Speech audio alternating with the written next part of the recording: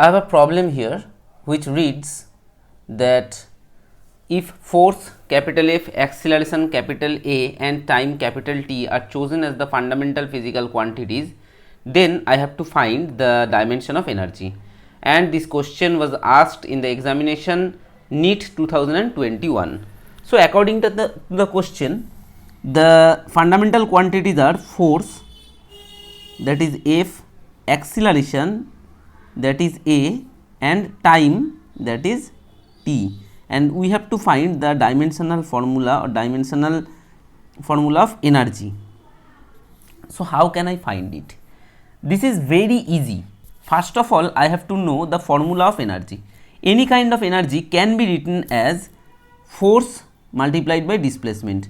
We do not have to know in case of this type of problems that what energy is this, how the energy to be calculated, but to only unit purpose you have to know that energy is equal to force multiplied by displacement. But here displacement is not fundamental one, but force is fundamental. So how can I find displacement, the dimension of displacement? We know that unit of acceleration is equal to unit of displacement by unit of second squared. So unit of acceleration is meter per second square. So I can say that acceleration, dimension of acceleration should be equal to the dimension of displacement by dimension of time square. So dimension of displacement would be equal to dimension of acceleration, that is A, and squared the dimension of time, that is T square.